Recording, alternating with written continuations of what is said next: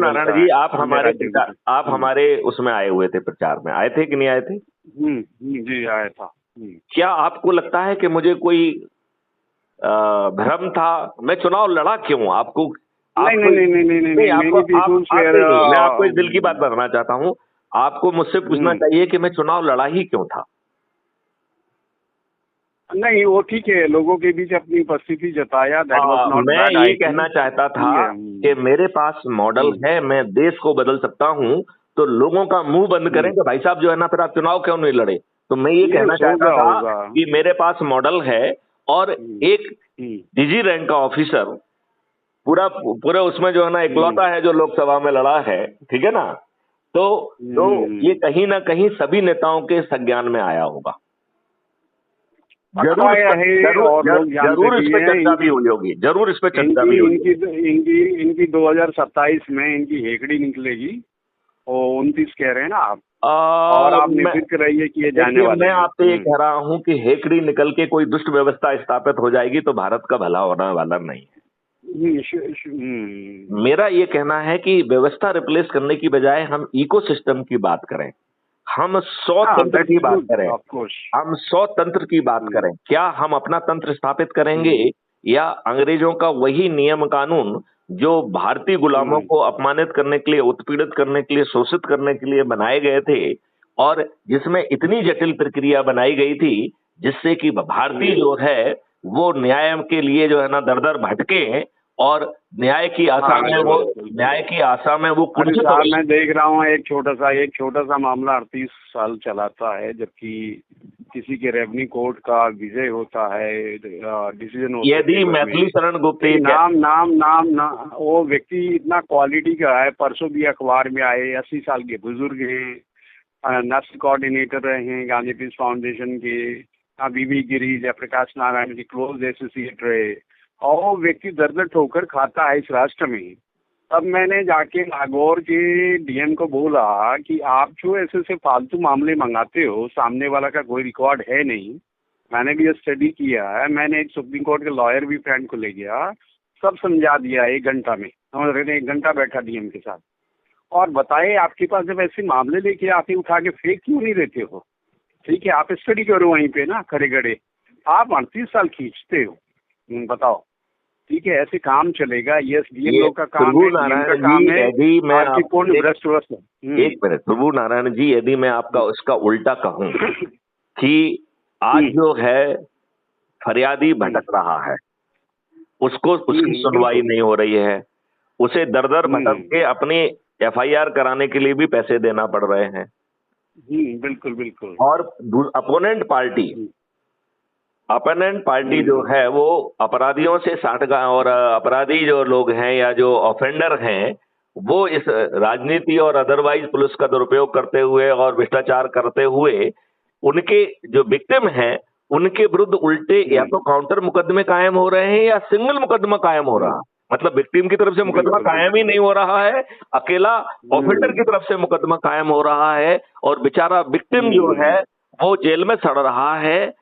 इस व्यवस्था को भारत सरकार पर जीरो खर्च के साथ और सबको रेवेन्यू बांटते हुए और भारत सरकार को 20 गुना ज्यादा पैसे देते हुए यदि मैथिली शरण गुप्त ऐसी व्यवस्था देने के लिए तैयार हैं, जिससे कि 45 दिन में, जिसमें इन्वेस्टिगेशन का 15 दिन का समय भी सम्मिलित है, हम हर व्यक्ति को न्याय दिला देंगे, और इसके लिए ना जजेस की संख्या बाधा बनेगी, ना पुलिस की संख्या बाधा बनेगी, ना वकीलों की संख्या बाधा बनेगी, ना फॉरेंसिक साइंस एक्सपर्ट की बाधा बनेगी, ना रेवेन्यू ऑफिसर की बाधा बनेगी।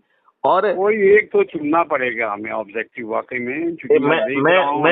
मेरी बात सुनिए, और हर किसी को रेवेन्यू स्ट्रीम मिलेगी, इवन फरियादी को भी पैसा मिलेगा। बस केवल एक शर्त है कि यदि वो झूठी एफआईआर करेगा या झूठी गवाही देगा तो जेल में सड़ेगा। इसके साथ मेरे पास ऐसा मॉडल है जिसमें भारत सरकार के पास जो है केवल अपराध मुक्त भारत के इस अंग से जो पूरे सभी तरीके संसाधनों से जो भारत सरकार कमा पा रही है उसका 10 गुना पैसा भारत सरकार के पास पहुंच जाएगा, और भारत के हर नागरिक को जो है न्याय मिल जाएगा। यहां हम न्याय की बात कर रहे हैं, जजमेंट की बात नहीं कर रहे हैं, जहां पर 2 तरीके की अपीलों का भी प्रावधान होगा। एक अपील जो होगी अपील अगेंस्ट द जजमेंट, जहां पर दुष्ट जो है जज सभी साक्ष्य जमीन पर होने के बावजूद भी गलत जानबूझ के निर्णय देते हैं किसी अल्टीरियर प्रभाव में, वहां पर अपील अगेंस्ट द जज का वैधानिक प्रावधान होगा। और उसमें जिस जज ने जजमेंट किया है उसे खुद खड़े होकर अपने जजमेंट को डिफेंड करना होगा। और यदि वो अपने जजमेंट को डिफेंड नहीं कर पाता है तो उसे डी पैनल कर दिया जाएगा और उसको जो है ना आर्थिक हर्जाना भी देना पड़ेगा। बताइए फिर आम जनता को 45 दिन में न्याय मिलेगा कि नहीं मिलेगा? आज तो हर कोई लांटा आपने सोचा होगा, आपकी बात लोग समझ नहीं पा रहे होंगे, लेकिन जो आपके डिजाइन किए हैं तो एक आईपीएस ऑफिसर के नाते आपके पास उतने अनुभव होंगे तभी किया होगा। मैं वही कह रहा हूँ कि एक पुलिस ऑफिसर हूँ, एक इंजीनियर हूँ, 13 डिग्री अधारी हूँ, 3 डिसिप्लिन में एमबीए हूँ, मास्टर इन पब्लिक पॉलिसी और सस्टेनेबल डेवलपमेंट में भी हूँ। एक काम करिए इस पे काम करते हैं। मैं बुलाता भी हूँ और मैं इन सबसे डरता नहीं हूँ। डरता इसलिए नहीं हूँ कि इनके बाप के साथ काम किया हुआ व्यक्ति हूँ और ये मेरा क्या बिगाड़ लेंगे। हमारे साथ भी बहुत लोग हैं। मैं तो ये कह रहा हूँ कि हम किसी के अगेंस्ट काम ही नहीं कर रहे हैं। हम तो अपने बच्चों को अच्छा भारत देना चाहते हैं। उसके लिए लोगों को उससे के लिए लोगों को जोड़ लीजिए। और हम देखिए आज लोगों को आज हम लोगों को बदल नहीं सकते हैं। जो जाति संकट कंसिडरेशन में बना हुआ है उसको आप लाख ज्ञान दे दो, वो जाति कंसिडरेशन से बाहर नहीं है। बहुत गंदा है। मैं बहुत क्रिटिक हो गया बीजेपी का, संघ का। देखिए कारण क्या, मैं देख रहा हूँ कि हिंदुइज्म की बात करता और ब्राह्मण रिसर्च सेंटर जेएनयू में बनाता है, समझ रहे ना। और जिसने जातिवाद को प्रमोट करके ऐसा बना दिया है, आप देखिए आपके मध्य प्रदेश में एक लगा देता है संघ की तरफ से पीछे से किसी न किसी ब्राह्मण को डिप्टी सीएम। क्या हर राज्य में देख लीजिए जहाँ जहाँ इन्होंने बनाया है, ठीक है। और ध्रुव नारायण जी, क्या हम जाति से हटके बात कर सकते हैं क्या हम मुद्दों को? यस मैं नहीं चाहता हूँ, बिल्कुल नहीं चाहता हूँ। मैं चाहता हूँ कि हमारे गार्डन में, ठीक है, गुलाब जो हो सब खुशबूदार बने, समझ रहे ना। वो खुशबूदार पूरे में लगाते हैं। एक मिनट, मैं ये कह रहा हूँ गुलाब के पास जो है ना और कोई विकल्प नहीं होगा। जब हम उसका इकोसिस्टम बदल देंगे तो वो खुशबूदार भी होगा, महकेगा भी, अपनी पूरी जिंदगी भी जिएगा। और ये इसके लिए भारत सरकार के ऊपर कोई व्यवहार नहीं आएगा, ये गारंटी मैथिली शरणगुप्त कह रहे हैं। तो अब आप ये बताइए, यदि मैथिली शरणगुप्त ये कह रहे हैं कि हम आपको 21 लक्ष्यों को फलीभूत कर देंगे, यदि वो कह रहे हैं कि हम 5 फंडामेंटल राइट दे देंगे, इतने बड़े फंडामेंटल राइट कि एम्प्लॉयमेंट का मौलिक अधिकार दे देंगे, और इस मौलिक अधिकार में भारत सरकार का तो इसमें करना क्या, लोगों को जोड़ने का ही है पूरे भारत में, या कुछ और भी तरीका है इसका? मैं ये कह रहा हूँ कि हर चीज में जो हम टास्क फोर्स सरकार से बनाने की बात कह रहे हैं, हम उस विषय के टास्क फोर्स एक इंडिविजुअल अपने लेवल पे बना लें, जिससे जब तक भारत सरकार जो हमारी बात सुनती है हम अपने कॉन्सेप्ट को डिफाइन कर सकें। पहला काम तो हमें ये करना है। और दूसरा काम करना है कि अपने से जुड़े लोगों को जोड़ना है। तो जो लोग जो है जिनको कॉन्सेप्ट का नॉलेज नहीं है उनको और कुछ नहीं करना होगा, वो लोगों को जोड़ने का अकेला काम करेंगे। लेकिन जो मोटा लैंग्वेज में, मोटी भाषा में मैं समझा हूँ, पहले भी समझा था, अभी भी हूँ। लोगों को एड्रेस करिए, ज्यादा से ज्यादा लोग जुड़ते जाएंगे। और मैं आपको बुलाऊंगा। अभी प्रोग्राम नहीं हो पाया, कारण क्या था, ये राम जन्मभूमि के इतने मंदिर को लेके डुगडुगी पीट रहे थे ना, और मैं जानता था 1 साल पहले से कि ये हारेगा, क्योंकि राम राज्य कैसे ला रहे लोगों को मालूम था, अयोध्या के लोगों को, है ना। तो बात ये, मैं तो 7 तारीख को भी गया था जनवरी में, मैं लोगों का सुन भी रहा था। आप बताइए, जिसे मैं कह रहा हूँ वो राम राज्य नहीं होगा क्या? वो 21 लक्ष्यों और 5 फंडामेंटल राइट वाला राम राज्य होगा। हाँ, मैथमेटिक्स यदि परफेक्ट है उसका जो रिजल्ट सॉल्यूशन ठीक है, तो ऑब्वियस होगा, वही होगा जो रिजल्ट चाहिए आपको। यदि आप उसका कॉन्सेप्ट ही गलत लेके बढ़ रहे हैं तो सॉल्यूशन तो मिलेगा नहीं ना। तो मैं यही कह रहा हूँ कि एक मिनट, हम अभी भारत सरकार से क्या प्रार्थना कर रहे हैं कि 21 टास्क फोर्स बना दीजिए।